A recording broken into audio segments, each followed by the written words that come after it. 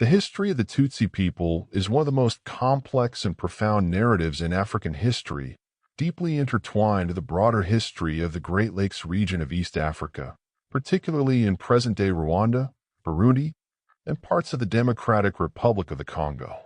Over the centuries, the Tutsi have faced cycles of power, displacement, colonization, and genocide. The story of the Tutsi is not merely a tale of one ethnic group, but is part of the larger social, political, and economic forces that have shaped the region for centuries. The origins of the Tutsi people are shrouded in both historical documentation and oral traditions. It is believed that the Tutsi migrated into the Great Lakes region, particularly the areas that make up Rwanda and Burundi centuries ago. While some theories suggest that the Tutsi originated from the Horn of Africa or the Nile Valley, due to their cultural practices and physical appearance, other scholars argue that they may have come from within the Great Lakes region itself. What is more certain is that the Tutsi, upon their arrival, found a predominantly Hutu population in the region. The Hutu were largely engaged in agriculture, while the Tutsi brought with them a pastoralist culture centered on cattle herding. Over time, the Tutsi established themselves as the ruling elite, forming monarchies that governed both Tutsi and Hutu.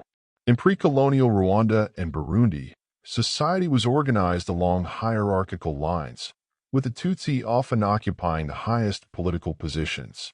Kings, known as Mwami in both Rwanda and Burundi, were usually of Tutsi descent. These monarchs wielded considerable power and maintained a complex system of governance that extended across their kingdoms. Tutsi nobles held important positions at court, overseeing the administration of the kingdom and ensuring the loyalty of the population. The system was deeply feudal in nature, with a clear division between the aristocracy and the commoners. However, the distinction between Tutsi and Hutu was not strictly racial. While Tutsi were generally associated with pastoralism and political power, and Hutu with agriculture, there was significant social mobility. A Hutu could rise in status and be considered a Tutsi if they accumulated wealth, particularly in cattle. The arrival of European colonial powers in the late 19th century would dramatically alter the relationship between the Tutsi, Hutu, and the state. First came the Germans, who, after the Berlin Conference of 1884 to 1885, laid claim to the region. They initially ruled through the Tutsi monarchy, maintaining the existing hierarchical structures. The Germans saw the Tutsi as natural rulers, largely because of their position of power at the time and their perceived superiority in terms of physical appearance, which was more aligned with European ideals of beauty and nobility. The German colonial administration thus reinforced Tutsi dominance over the Hutu. After World War I, the Belgians took over the administration of Rwanda and Burundi, having been awarded these territories under a League of Nations mandate. The Belgian colonial authorities, like their German predecessors, ruled through the Tutsi monarchy. However, they took the racialization of society further. Under Belgian rule, ethnic identities became more rigid and institutionalized. The Belgian colonial government introduced identity cards that designated individuals as either Tutsi, Hutu, or Twa, a minority group of Pygmy origin. This act entrenched ethnic divisions and created a racial hierarchy that had not been as pronounced before. The Belgians favored the Tutsi minority, giving them better access to education, jobs, and political positions, further alienating the Hutu majority. The Belgian system of indirect rule eventually sowed the seeds for ethnic conflict. By the mid-20th century, Rwanda and Burundi were moving towards independence, and the political landscape was changing.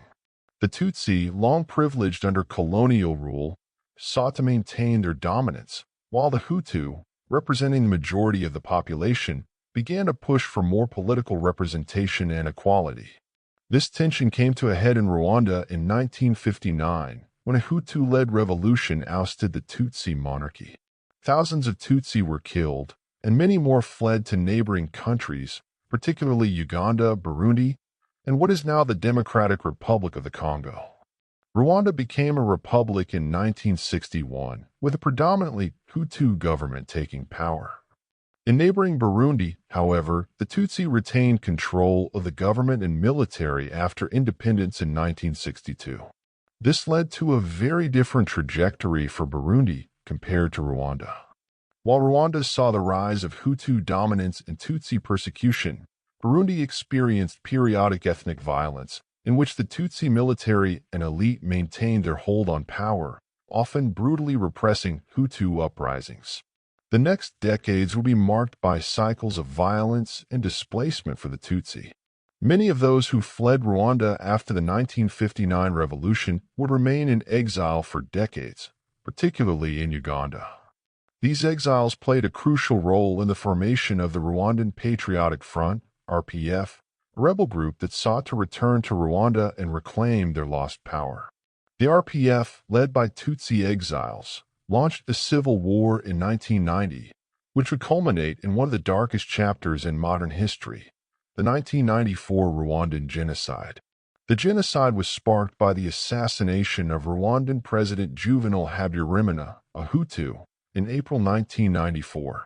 His plane was shot down under mysterious circumstances, and within hours, extremist Hutu militias, with the backing of government forces, began a systematic campaign to exterminate the Tutsi population. Over the course of approximately 100 days, between 500,000 and 800,000 Tutsi, along with moderate Hutu, were killed in one of the most efficient genocides in history. The international community largely stood by as the slaughter unfolded, only intervening after the RPF, led by Paul Kagame, took control of the country, bringing the genocide to an end. The aftermath of the genocide reshaped the region. Rwanda, now under the leadership of the RPF and Kagame, embarked on a long and difficult process of rebuilding. The new government sought to promote national unity, officially downplaying ethnic divisions in favor of a Rwandan national identity. However, the legacy of the genocide and the trauma it caused continues to cast a long shadow over the country. For the Tutsi, both those who survived the genocide and those who returned from exile, the post-genocide period has been one of recovery and reflection. The government has taken steps to memorialize the genocide and ensure that its horrors are never forgotten, with institutions like the Kigali Genocide Memorial serving as powerful reminders of the dangers of ethnic division and hatred. At the same time, the Tutsi have had to navigate their place in a country where the wounds of the past are still raw, and reconciliation remains an ongoing process. Beyond Rwanda, the Tutsi have also had a significant impact on the political and social landscapes of Burundi and the Democratic Republic of the Congo. In Burundi, ethnic violence between Tutsi and Hutu has flared up multiple times since independence, with both groups suffering immense losses. The Arusha Accords of 2000, which ended years of civil war in Burundi, sought to create a more inclusive political system, though tensions between the two ethnic groups remain. In the Eastern Democratic Republic of the Congo, Tutsi communities have been caught up in the region's conflicts, particularly in the aftermath of the Rwandan genocide, as violence spilled over into neighboring countries. The history of the Tutsi people is a story of resilience in the face of unimaginable adversity. From their origins as a pastoralist group in the Great Lakes region to their rise as a ruling elite, the Tutsi have played a central role in the history of Rwanda, Burundi, and beyond.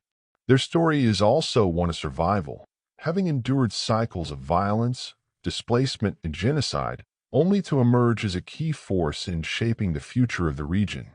However, the scars of the past remain, and the challenges of reconciliation, unity, and justice continue to shape the lives of the Tutsi and their neighbors in the Great Lakes region.